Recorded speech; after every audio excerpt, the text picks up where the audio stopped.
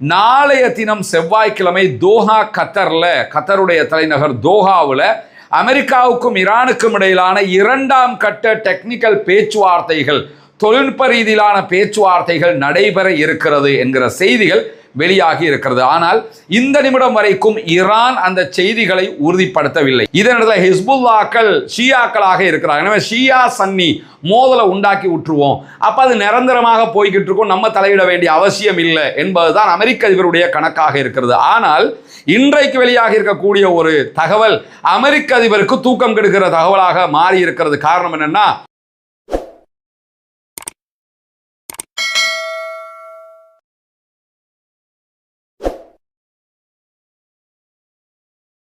அன்பிற்கினிய சகோதர சகோதரிகளை நம் அனைவர் மீதும் ஏக இறைவனுடைய அமைதியும் கருணையும் உண்டாகட்டுமாக என்கிற உயரிய பிரார்த்தனைகளோடு பாலஸ்தீனத்தில் ஆரம்பித்த இஸ்ரேலிய ஆக்கிரமிப்பு இராணுவத்தினுடைய அப்பாவிகளுக்கு எதிரான தாக்குதல் லெபனான், யமன் என்று தொடர்ந்து கடைசியில் ஈரானுடனான 40 நாள் யுத்தத்திற்கு பிறகு தற்போது ஓரளவு முடிவுக்கு வந்திருக்கக்கூடிய செய்திகளை நம்ம பார்த்து வர்றோம். இந்த நிலையில தான் எதிர்வரக்கூடிய ஆகஸ்ட் மாத இறுதிகளில் இஸ்ரேலுக்குள்ள உள்நாட்டு தேர்தல் நடைபெற இருக்கிறது. இந்த தேர்தல் தான் இஸ்ரேலுடைய அடுத்த பிரதமர் யார் என்பதை தீர்மானிக்கக்கூடிய தேர்தலாக இருக்கிறது. இந்த தேர்தலில் தற்போதைய பிரதமர் பெஞ்சமின் நெதன்யாகு தேர்தல் களத்தில் நிற்கிறார். அதே நேரத்தில் அவருக்கு எதிராக பல பேரும் தேர்தலிலே குதித்திருக்கக்கூடிய சூழல்ல பெஞ்சமின் நெதன்யாகுக்கு இந்த தேர்தல் மிக கடினமானதாக மாற இருக்கிறது என்கிற செய்திகள் வெளியாகி கொண்டே இருக்கிறது. குறிப்பாக இஸ்ரேலுக்குள்ள தேர்தலில் யாராவது ஜெயிக்கணும்னா, ஒன்றோ நாங்கள் பாலஸ்தீனியர்களை அழித்திருக்கிறோம், இனிமேலும் அழிப்போம், இன்னென்ன மாதிரி நாங்கள் ஜெயிச்சிருக்கிறோம் அப்படின்னு சொல்லி பாலஸ்தீனத்தை காட்டி இஸ்ரேலியர்களிடத்தில் வாக்குகளை பெற வேண்டும். இல்லை என்றால் ஈரானை காட்டி வாக்குகளை பெற வேண்டும், இல்லை என்றால் லெபனானை காட்டி வாக்குகளை பெற வேண்டும். இந்த மூன்றோடு அவர்கள் ஏதாவது ஒரு இடத்துல ஜெயிச்சிருந்தாங்கன்னு சொன்னால் அதை வைத்து பெஞ்சமின் நெதன்யாகு இந்த தேர்தலை சந்தித்திருக்கலாம். இதை தாண்டி பெஞ்சமின் நெதன்யாகுனுடைய ஊழல் குற்றச்சாட்டுகள் அவர் மீது சுமத்தப்பட்டது தற்போதும் விசாரணையில் இருக்கக்கூடிய காரணத்தினால அவருடைய தேர்தல் களம் 40 ஆண்டு கால அவருடைய அரசியல் வாழ்வுக்கு முற்றுப்புள்ளியாக அமைந்துவிட போகிறது என்றுதான் பல ஆய்வாளர்களும் கருதுகிறார்கள். பொறுத்திருந்து பார்ப்போம் தேர்தலுடைய நிலை எப்படி ஆக போகிறது என்பது. இது தொடர்பான தனியான ஒரு வீடியோ இன்றைக்கு ரஸ்மின் டாக்ஸ் என்கிற நம்முடைய சேனலில் வெளியிட்டிருக்கிறோம். பார்க்கா சகோதரர்கள் அதை பார்த்து கொள்கிற போது பெஞ்சமின் நெதன்யாகுனுடைய தேர்தல் களம் எப்படி இருக்க போகிறது என்பதை நாம் புரிந்து கொள்ள முடியும். இதே நேரம் இன்றைக்கும் இஸ்ரேலிய ஆக்கிரமிப்பு இராணுவம் ஒப்பந்தத்தை மீறி யுத்த நிறுத்த மீறலாக காசா அப்பாவிகள் மீது தாக்குதல்களை நடத்தி இருக்கிறது. இதிலே 4 அப்பாவிகள் கொல்லப்பட்டிருக்கிறார்கள், ஷஹீதாகி இருக்கிறார்கள், 8 சகோதரர்கள் படுகாயம் அடைந்திருக்கிறார்கள் என்கிற கவலைக்குரிய செய்திகள் வெளியாகி இருக்கக்கூடிய சூழல்ல ஈரானுக்கும் அமெரிக்காவுக்கும் இடையில ஒரு ஒப்பந்தம் ஏற்பட்டிருக்கிறது. இந்த ஒப்பந்தத்தினுடைய டெக்னிக்கல் ரீதியிலான முதல் கட்ட பேச்சுவார்த்தைகள் ஆல்ரெடி ஸ்வீடனில் நடைபெற்றது நமக்கெல்லாம் தெரியும். இப்படியான ஒரு சூழல்ல அடுத்த பேச்சுவார்த்தைகள் எங்கு எப்போது நடக்க இருக்கிறது என்கிற கேள்விகளுக்கு முன்பதாகவே ஈரான் பல கப்பல்கள் மீது ஹொர்முஸ் ஜலசந்தியில் தாக்குதல்களை நடத்தியதும், அதற்கு பிறகு ஈரான் மீது அமெரிக்கா தாக்குதல்களை நடத்தியது. அதற்கு பதிலடியாக ஈரானும் 2 நாட்கள் அமெரிக்காவினுடைய பேஸுகள் மேல பஹ்ரைன்லையும் குவைத்திலையும் தாக்குதல்களை நடத்தி இருக்கிறது. இந்த சூழல்ல தான் இன்றைய நாள் வெளியாகி இருக்கக்கூடிய தகவல்கள் பிரகாரம் நாளைய தினம் செவ்வாய்க்கிழமை தோஹா கத்தருடைய தலைநகர் தோஹாவில் அமெரிக்காவுக்கும் ஈரானுக்கும் இடையிலான இரண்டாம் கட்ட டெக்னிக்கல் பேச்சுவார்த்தைகள், தொழில்நுட்ப ரீதியிலான பேச்சுவார்த்தைகள் நடைபெற இருக்கிறது என்கிற செய்திகள் வெளியாகி இருக்கிறது. ஆனால் இந்த நிமிடம் வரைக்கும் ஈரான் அந்த செய்திகளை உறுதிப்படுத்தவில்லை. ஈரானை பொறுத்தவரையில கடைசி நேரத்தில் தான் இந்த செய்திகளை அவங்க உறுதிப்படுத்துவாங்கிறது நமக்கு தெரியும். எதிர்வரக்கூடிய மணித்தியாலங்களுக்குள்ளாக அவர்கள் இதை உறுதிப்படுத்த வாய்ப்பு இருக்கிறது. உறுதிப்படுத்தாமல் நேரடியாக தோஹா கத்தரில் தரையிறங்குவதற்கும் வாய்ப்பு இருக்கிறது. ஆனால் யார் இந்த பேச்சுவார்த்தைகளில் பங்கெடுக்கிறார், ஈரான் பங்கெடுக்க போகிறதா இல்லையா என்கிற விவரங்கள் இதுவரைக்கும் வெளியாகாத சூழல்ல ஈரானை பொறுத்தவரையில ஈரானுக்கும் அமெரிக்காவுக்கும் இடையில் இருக்கக்கூடிய பிரச்சனை என்னன்னா, தற்போது ஹொர்முஸ் ஜலசந்தியை நிர்வகிக்கிற பிரச்சனை தான். ஈரான் நாங்கள் தான் ஹொர்முஸை நிர்வகித்துக் கொண்டிருக்கிறோம், நாங்கள் சொல்லுகிற பாதையில் தான் கப்பல்கள் பயணிக்க வேண்டும் என்பதில் உறுதியாக இருக்கிறது. இதே நேரம் அமெரிக்கா இன்னொரு பாதையை தயார் செய்து, குறிப்பாக ஓமான் வளைகுடா வழியாக ஒரு கப்பல் பாதையை அறிவித்திருக்கிறது. அந்த பாதையை பயன்படுத்துகிற கப்பல்கள் மீதுதான் தற்போது ஈரான் தாக்குதலையும் நடத்தி வருகிறது. இதெல்லாவற்றுக்கும் முன்பதாக, பேச்சுவார்த்தையில் அமர்வதற்கு முன்பதாக, லெபனான்ல ஒப்புக்கொண்ட அடிப்படையில் இஸ்ரேல் லெபனானை விட்டு மொத்தமாக வெளியேற வேண்டும். அந்த காரியங்கள் இதுவரை நடைபெறவில்லை. எனவே பேச்சுவார்த்தையில் அமர்வதற்கு முன்பதாக இந்த செயல்பாடுகள் நடைமுறைப்படுத்தப்படுகிற போது அந்த பேச்சுவார்த்தைகள் கண்டிப்பாக வெற்றியளிக்கும் என்று ஆய்வாளர்கள் கருதுகிறார். அதே நேரம் ஈரான் இதுவரைக்கும் ஏற்கனவே நம்ம சொன்ன மாதிரி பேச்சுவார்த்தைகள் தொடர்பாக எந்த விதமான உறுதியான அறிவிப்புகளையும் வெளியிடாத இந்த சந்தர்ப்பத்தில் வெள்ளை மாளிகை ஒரு அறிவிப்பை விடுத்திருக்கிறது.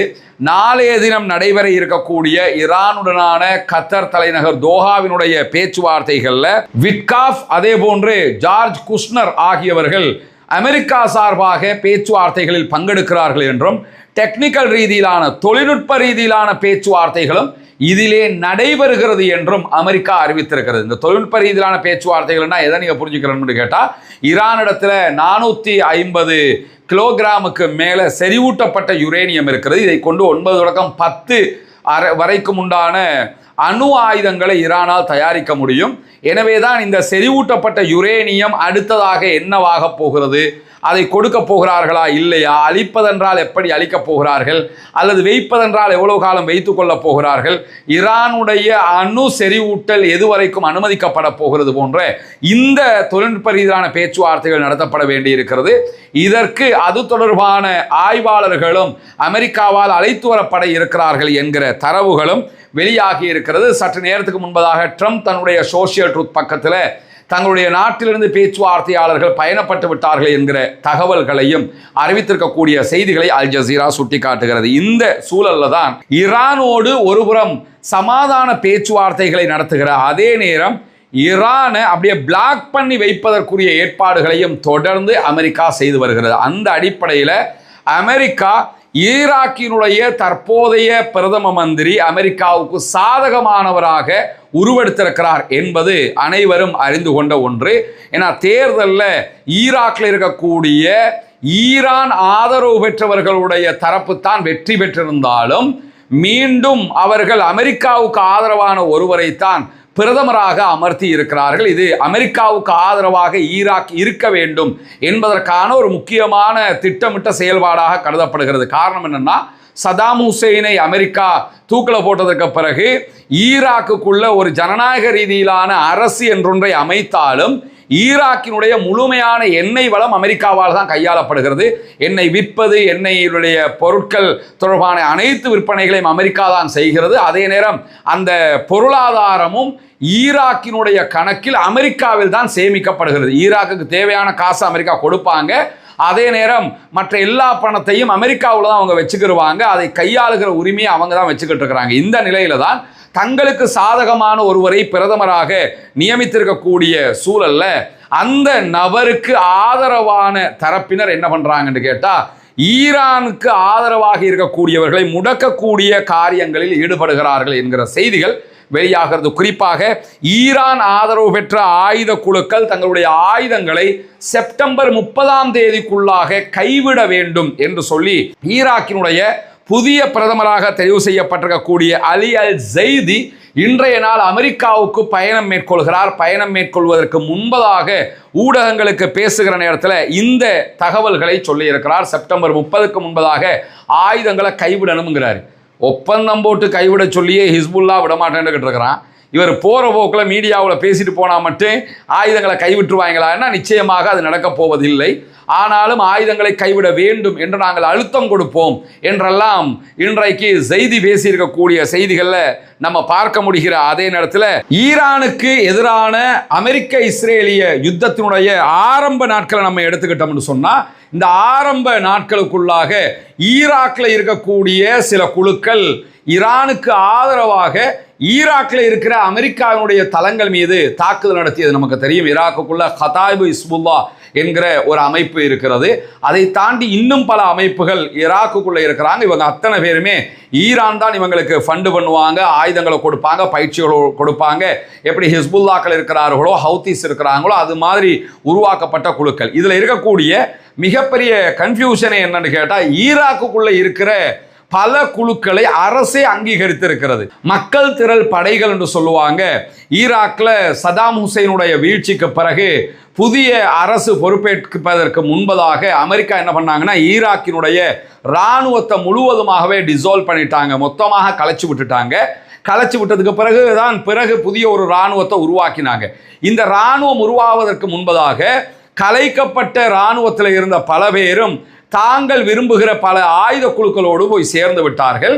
இந்த ஆயுத குழுக்களில் இருக்கக்கூடிய அத்தனை பேரையுமே மக்கள் திரள் படை என்று சொல்லி மீண்டும் புதிய இராணுவத்தை உருவாக்குற நேரத்தில் ஈராக் தங்களோடு இணைத்து கொண்டது. ஈராக்கினுடைய இராணுவமாக அவங்க இருப்பாங்க, அதே நேரம் தனியான அமைப்பாகவும் அவங்க செயல்படுவாங்க. எனவே அவங்க ஆயுதத்தை கைவிட வைப்பது என்பது ஈராக்கில் ரொம்ப ரொம்ப அசாத்தியமானது என்பதை ஈராக் புரிந்து கொண்டிருக்கக்கூடிய சூழலில் தான் ஈராக்கினுடைய பிரதமர் இப்படியான ஒரு கண்துடைப்பு அறிவிப்பை விடுத்திருக்கிறார் என்கிற செய்திகள் வெளியாகிற அதே நேரத்தில் நமக்கு தெரியும், லெபனான்ல ஹிஸ்புல்லாக்கள் ஆயுதங்களை கைவிட வேண்டும், ஹிஸ்புல்லாக்கள் அமைதியாக வேண்டும், லெபனானுடைய இராணுவம் தான் லெபனானுடைய ஆட்சிக்கு பொறுப்பாக ஆயுதங்களை கையிலே வைத்திருக்க வேண்டும் என்றெல்லாம் இஸ்ரேலுக்கு ஆதரவாக லெபனானும் இஸ்ரேலும் அமெரிக்காவினுடைய தயவுல ஒரு ஒப்பந்தத்தை செய்திருக்கிறார்கள். இந்த ஒப்பந்தத்தை ஹிஸ்புல்லாக்கள் ஒருபோதும் ஏற்றுக்கொள்ள மாட்டோம் என்று அறிவித்து விட்டார்கள். ஆயுதங்களை கைவிட முடியாது, நாங்கள் தான் இஸ்ரேலுக்கு எதிரான லெபனானுடைய பாதுகாவலர்கள் என்பதை மீண்டும் மீண்டும் ஹிஸ்புல்லாக்கள் மட்டுமல்ல லெபனானில் இருக்கக்கூடிய மக்களே சொல்லி வருகிறார்கள்.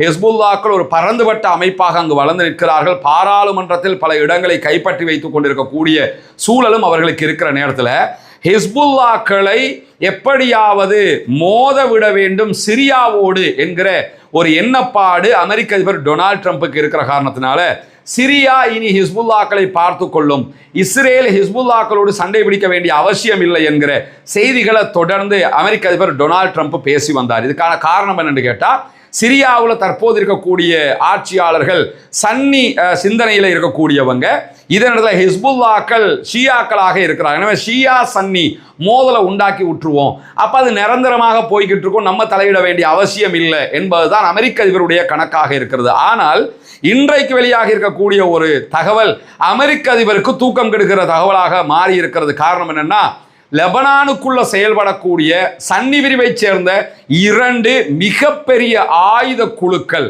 அவங்களும் இஸ்ரேலோட அவ்வப்போது சண்டை பிடிக்கக்கூடியவங்க தான். ஆனால் அவங்க தெற்கு லெபனானில் இருக்கக்கூடிய சன்னி பிரிவை சேர்ந்தவர்களாக அறியப்படுகிறவர்கள். அந்த 2 குழுக்களுமே கூட்டறிவிப்பை விடுத்திருக்கிறார்கள். ஒன்று அல் உம்மா என்கிற இயக்கம், மற்றது சன்னி அதிகார மையம் என்கிற ஒரு அமைப்பு. இந்த 2 பேருமே மிகப்பெரிய ஆயுத குழுக்களாக இருக்கிறார்கள். இவர்கள் இருவருமே நாங்கள் ஹிஸ்புல்லாக்கு ஆதரவாக இருக்கிறோம், ஹிஸ்புல்லாக்கள் ஆயுதங்களை கைவிடக்கூடாது, ஹிஸ்புல்லாக்கள் இருப்பதுதான் லெபனானுக்கு பாதுகாப்பு, இஸ்ரேலுக்கு எதிராக ஹிஸ்புல்லாக்கள் தான் அங்கு போரிட முடியும் என்பதை வலியுறுத்தி சொல்லியிருக்கிறார்கள். எனவே மீண்டும் மீண்டும் மத்திய கிழக்குக்குள்ள ஷியா சன்னி சண்டையை உண்டாக்கிவிட்டு மத்திய கிழக்கில் இருந்து சம்பாதிக்கலாம் என்கிற அமெரிக்க இஸ்ரேலிய கனவு இந்த இடங்கள்ல எல்லாம் தவிடுபொடியாகிறது என்பதை நாம் புரிந்து கொள்ளுகிற அதே நேரம் ஈரானுக்கு புதிய அதிகார உணர்வு ஏற்பட்டிருக்கிறது இந்த யுத்தத்தின் பின்னால் என்று சொல்லி அமெரிக்காவினுடைய முன்னாள் வெளியுறவு செயலாளராக செயல்பட்ட ஜான் கெரி விடுத்திருக்கக்கூடிய அறிவிப்பில் இன்றைக்கு சொல்லியிருக்கிறார். 2013 2017 வரைக்கும் ஜான் கெரி அமெரிக்காவினுடைய வெளிவிவகார செயலாளராக செயல்பட்டார். உலகம் முழுவதும் ஒரு பிரபலமான மனிதராக அறியப்பட்டார். அவர் தற்போது இந்த யுத்த நிறுத்தம் தொடர்பான தன்னுடைய கருத்துக்களை வெளியிட்டிருக்கக்கூடிய சூழல்ல இந்த யுத்தத்தில் ஈரான் தன்னை தற்காத்து கொண்டது, ஈரான் ஜெயிச்சிருச்சின்னு அவர் சொன்ன அவருக்கு சிக்கலாகுங்கிறதுனால என்ன பண்றாருன்னா, ஈரான் தன்னை தற்காத்து கொண்டது அப்படின்னாலும் என்ன அர்த்தம் கேட்டா, ஈரான் அழியலன்னா ஈரான் தோக்கலன்னு அர்த்தம். ஈரான் தன்னை தற்காத்து கொண்டது, அதனால் ஈரானுக்கு ஒரு புதிய அதிகார உணர்வு ஏற்பட்டிருக்கிறது அப்படின்னு சொல்லக்கூடிய ஜான் கெரி என்ன சொல்றாருன்னா, சமச்சீரற்ற ஒரு யுத்தத்தை ஈரான் மிக தெளிவாக புரிந்து கொண்டது. இப்படித்தான் யுத்தம் போகணும்னு உலகத்தில் ஒரு விதி இருந்தால் அந்த விதியில ஈரான் போகல. ஒரு எந்த விதமான சமச்சீரும் இல்லாத உடைந்து நொறுங்கிய ஒரு யுத்தத்தை தான் ஈரான் செய்து கொள்கிறது. குறிப்பாக இந்த யுத்தம் தான் வெற்றியை தரும் என்பதையும் ஈரான் புரிந்து கொண்டுதான் இந்த யுத்தத்தில் நுழைந்தது, வெற்றியும் அடைந்திருக்கிறது என்கிற செய்திகளை ஜான் கெர்ரி சொல்லிக்கொண்டு, இந்த யுக்தியை அமெரிக்கா புரிந்து கொண்டால் மட்டும்தான் ஈரானோடு நாம் வெல்ல முடியும் என்பதையும் இன்றைக்கு ஒரு அறிவிப்பாக அவர் சொல்லி இருக்கிறத நம்ம பார்க்க முடிகிற அதே நேரம் இன்றைக்கு வெளியாக இருக்கக்கூடிய இன்னும் ஒரு முக்கியமான செய்தி என்னன்னு கேட்டால், நேட்டோ நாடுகளுடைய கூட்டமைப்பின் கூட்டத்தொடர் நடைபெற்று வருகிறது. அதிலே பங்கெடுத்து பேசியிருக்கிறார் துருக்கியினுடைய அதிபர் அர்துகான் அவர்கள். அர்துகானையும் துருக்கியையும் பொறுத்தவரையில் நேட்டோவில் இருக்கக்கூடிய ஒரே இஸ்லாமிய நாடாக துருக்கியை தான் நம்ம பார்க்க முடியும். துருக்கியை தவிர வேறு எந்த நாடுகளையும் நேட்டோவுக்குள்ள நேரடியாக அமெரிக்கா இணைத்து கொள்ளவில்லை. இதே நேரம் நேட்டோவில் இருக்கிற ரொம்ப பலம் பொருந்திய இராணுவ அமைப்பாகவும் துருக்கி தான் இருக்கிறாங்க. அமெரிக்காவுக்கு அடுத்து அதிகமான ஆயுத பங்களிப்பை நேட்டோவுக்கு செய்யக்கூடியவங்க துருக்கி தான். அதே போன்று அதிகமான இராணுவத்தை இணைத்திருப்பவர்களும் துருக்கி தான். இந்த நிலையில தான் துருக்கி அனுமதிக்காமல் யாரும் நேட்டோவுக்குள் நுழைய முடியாது. குறிப்பாக உக்ரைன் நேட்டோவில் இணைய வந்த நேரத்திலையும் இந்த வாரெல்லாம் நடக்கிறது, உக்ரைன் ரஷ்யா வாரே இந்த நேட்டோவில் இணைய போனதுனால தான். அதே நேரம் துருக்கி அனுமதிக்காமல் நேட்டோவுக்குள்ள உக்ரைனால் இணைய முடியாது. நேட்டோ நாடுகளுக்குள்ள வரணுமா இருந்தால் அந்த கூட்டமைப்புக்குள்ள அந்த நாடுகளில் எந்த ஒன்றும் எதிர்க்காமல் இருக்க வேண்டும். ஆனால் துருக்கி உக்ரைனை இணைப்பதற்கு எதிராகவே தன்னுடைய நிலைப்பாட்டை கொண்டிருக்கிறது. அதனால் உக்ரைனால் இணைய முடியவில்லை. இதே நேரம் இந்த தடவை இஸ்ரேல் நடத்திய காசா வாராக இருந்தாலும், அதே நேரத்தில் இஸ்ரேலால் நடத்தப்பட்ட அமெரிக்காவும் இணைந்து நடத்திய ஈரானுக்கு எதிரான யுத்தமாக இருந்தாலும், நேட்டோ நாடுகளை அழைச்ச நேரத்தில் கூட நேட்டோ நாடுகள் பங்கெடுக்காமைக்கு ஒரு முக்கிய காரணம் துருக்கி தான் என்பதை நாம் புரிந்து கொள்ள வேண்டும். துருக்கி அந்த இடத்துல கொஞ்சம் வழிவிட்டிருந்தாங்கன்னா கூட ஈரானுக்கு எதிராக நேட்டோ கூட்டமைப்பு நாடுகள் தங்களுடைய ஆயுத பலத்தை பிரயோகித்திருப்பார்கள். ஆனால் அவங்க வராமல் விட்டதுக்கான காரணம் துருக்கி. இந்த நிலையில தான் துருக்கியினுடைய அதிபர் அர்துகான் அவர்கள் நேரடியாக நேட்டோ கூட்டணி நாடுகளுடைய மாநாட்டில் உரையாற்றி இருக்கிறார். அதிலே பேசும்போது மிக தெளிவாக என்ன சொல்றாருன்னா, உலக நிம்மதிக்கும் மத்திய கிழக்கினுடைய அமைதிக்கும் ஒரே தீர்வு என்னன்னு கேட்டா பாலஸ்தீனத்தை தனி நாடாக அங்கீகரிப்பதுதான். பாலஸ்தீன நிலங்களை இஸ்ரேல் கைப்பற்றி கொண்டு வருகிற காலம் எல்லாம் இது பிரச்சனையாகவே இருக்கும். இஸ்ரேலை அடக்கி பாலஸ்தீனத்தை தனி நாடாக நாம் மாற்றுகிற போதுதான் நிச்சயமாக மத்திய கிழக்கிலும் அமைதி பெறும், உலகிலும் நிம்மதி தோன்றும் என்கிற ஒரு அற்புதமான அழகான செய்தியை அர்துகான் அவர்கள் பதிய வைத்திருக்கிறார் என்கிற செய்திகளையும் இன்னைக்கு நம்ம பார்க்க முடியும். எனவே இன்றைக்கு வெளியாகி இருக்கக்கூடிய மிக முக்கியமான செய்திகளின் தொகுப்பை உங்களுக்கு மத்தியிலே கொண்டு வந்து தந்திருக்கும். தொடர்ந்து இணைந்திருங்கள் ரஸ்மின் மேசி நியூஸ் மற்றும் ரஸ்மின் டாக்ஸ் ஆகிய 2 சேனல்களோடு.